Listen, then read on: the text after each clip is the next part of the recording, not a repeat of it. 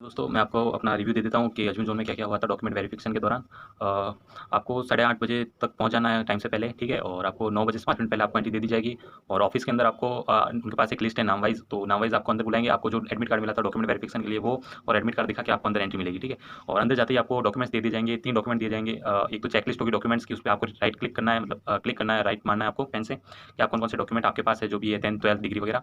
And एक आपको घोषणा पत्र दिया जाएगा मूल दस्तावेज सत्यापन के लिए, और उसपे आपको हैंडराइटिंग से लिखना होगा। जो सीबीटी 1 में आपको हैंडराइटिंग चेक की थी वही वापस लिखना होगा। सीबीटी 2 में भी वो लिखा गया था अपन से, वो भी वापस लिखवाया जाएगा, ठीक है उसपे। और अगर आप ओबीसी कैंडिडेट हो तो एक ओबीसी डिक्लेरेशन भी दिया जाएगा आपको।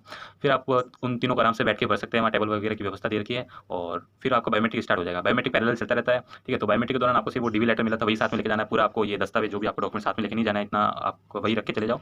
बायोमेट्रिक के दौरान बस आपको डीवी लेटर लेके जाओ, वहाँ आपका थंब का वेरिफिकेशन होगा, फेस का वेरिफिकेशन होगा, और आपसे साइन करवाए जाएंगे, और एक डॉक्यूमेंट पे आपका थंब लगवाया जाएगा, ठीक है? फिर वहाँ वही आपको ये इस तरह की एक स्ट्रिप पहनाई जाएगी, ठीक है? आपका ये प्रूफ होता है कि आप वही स्टूडेंट जो यहाँ डीवी करवाए थे, और मेडिकल में भी आप वही स्टूडेंट जो डीवी करवाने गए हो आप, ठीक है?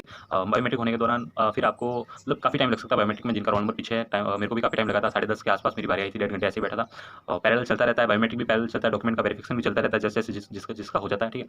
बायोमेट्रिक होने के दौरान मैं वापस बैठ गया था, डेढ़ घंटा हो गया था बायोमेट्रिक का। और फिर वापस मेरे को आधा घंटा बैठना पड़ा था, लगभग 11 बजे तक। फिर मेरी बारी आई थी, जिसमें उन्होंने मेरे को डॉक्यूमेंट्स माँगे थे क्वालिफिकेशन के। मेरे पास जो-जो डॉक्यूमेंट्स थे 2-2 सेट्स कॉपी लेके गया, ओरिजिनल लेके गया उनके पास, और फोटोज़ लेके गया। और उन्होंने जो ऑर्डर बताया था उस ऑर्डर में सेट करने हैं। 10th सबसे ऊपर, 12th फिर सेमेस्टर की डिग्री की, फिर सेमेस्टर्स की, फिर आपके कास्ट सर्टिफिकेट्स और एडिशनल हो तो वो सबसे नीचे रखे जाते हैं, ठीक है? और 3 फोटोज़ लेके जाना है, 3 फोटोज़ के पीछे आपका नाम लिखना है पूरा, और आपको थंब लगवाना है अपने, और उन पे साइन करना है फोटोज़ के। और डॉक्यूमेंट्स और जो ओरिजिनल डॉक्यूमेंट्स है वो चेक करेंगे भैया, और आपको एक अरेंजमेंट में सारे दोनों फोटोकॉपीज़ और जो 3 फॉर्म्स दिए थे वो, और उनके पास 1-2 फॉर्म रहता है, वो आपको अटैच करके दे देंगे, ठीक है? और स्टेपल करके दे देंगे फोटोज़ के साथ, और वापस आपको बैठने के लिए दे दिया जाएगा कि आपको सारे डॉक्यूमेंट्स आ चुके हैं, वो प्रूफ हो चुका है आपका, ठीक है? फिर आप वापस बैठ जाओ। फिर वो डॉक्यूमेंट किसी आगे फॉरवर्ड होगा आपको दूसरे भैया के पास, ठीक है? तो वो दूसरे भैया फिर उनकी जब आपकी बारी आएगी आपको बुला लिया जाएगा, और बुलाने के बाद वो आपको फिर वो बुलाने के बाद वो आपको ऑनलाइन पोर्टल पे जो आपने डॉक्यूमेंट्स अपलोड किए थे वो उसका वेरीफाई होगा। तो बता देता हूँ, मैंने पिछले वीडियो में बताया था कौन-कौन से डॉक्यूमेंट ज़रूरी लेके जाना है, वो लेके जाओ, और 4-4 फोटोकॉपी सेट से लेके जाओ। कोई भी इश्यू हो तो वो दूसरा एडिशनल डॉक्यूमेंट से दो गुम हो जाए तो बाय चांस, ठीक है? ज़रूरी है ये।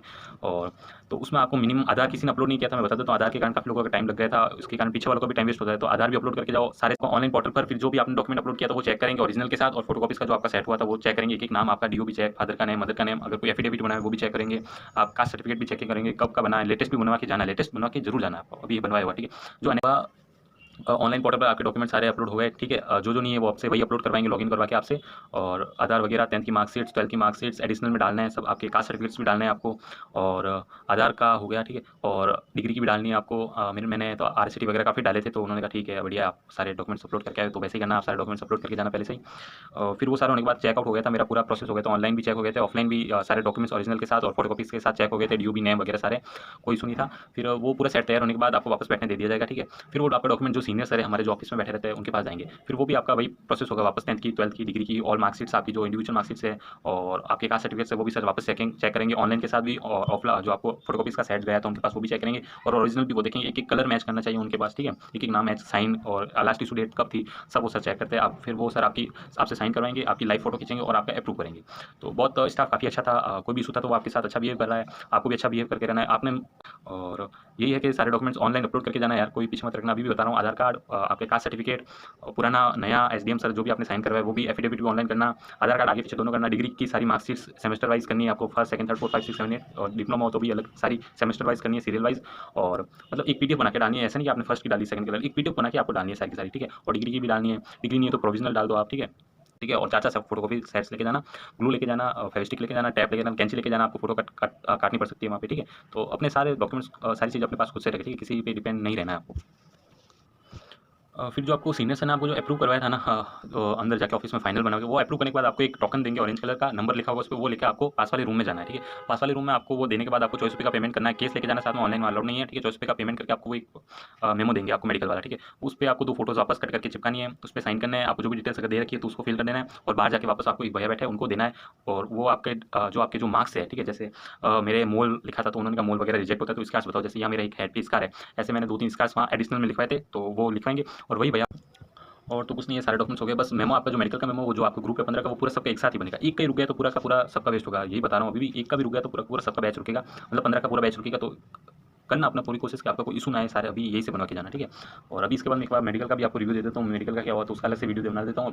और ऑल द बेस्ट जिनका भी आगे नेक्स्ट डॉक्यूमेंट वेरिफिकेशन है।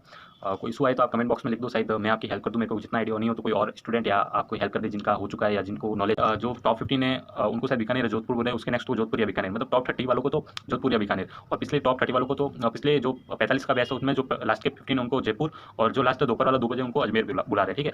और जो मेरे हिसाब से मैंने नोटिस किया था वो रोल नंबर वाइज जो रोल नंबर आई थी अपनी लिस्ट वगैरह, वो हॉरिजॉन्टल वाइज ही सबकी लिस्ट है, ठीक है। वो मैंने नोट किया था तो वही है। फिर बाद में पता नहीं वो रैंडम हो नहीं हो, मेरे हिसाब से वही थी। और मैंने पूरा नोटिस भी किया था उस समय, तो उसके हिसाब से आपको पता चल जाएगा कि आपकी लोकेशन कहाँ आने वाली है, ठीक है। और टॉप 31 और 2 से 3 बच सकते हैं, और हो भी सकता है किसी एक का इशू हो तो 5.5 या 6 भी बच सकते हैं। जैसे मैं हमारा 5:30 ढाई बजे हो चुका था, पर एक के कारण हमारा 5:30 हो गया था लगभग, ठीक है। तो इसके अलावा तो और मैं क्या बताऊँ, जो भी मेरा एक्सपीरियंस था वो मैंने बता दिया आपको।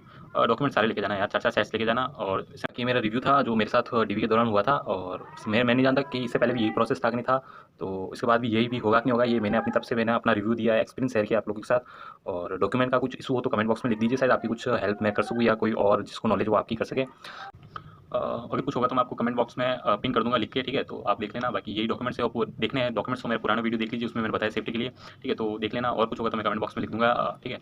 और ऑल द बेस्ट आप सभी को। कॉन्फिडेंट रहना, थोड़ा पॉजिटिव रहना, बिहेव में रहना सबके साथ। थोड़ा इशू हो गया तो इशू आपके साथ भी हो सकता है, ठीक है। तो बिहेव में रहना थोड़ा आप सब, बहुत ये है। बाकी तो ऑल द बेस्ट आप सभी को, धन्यवाद।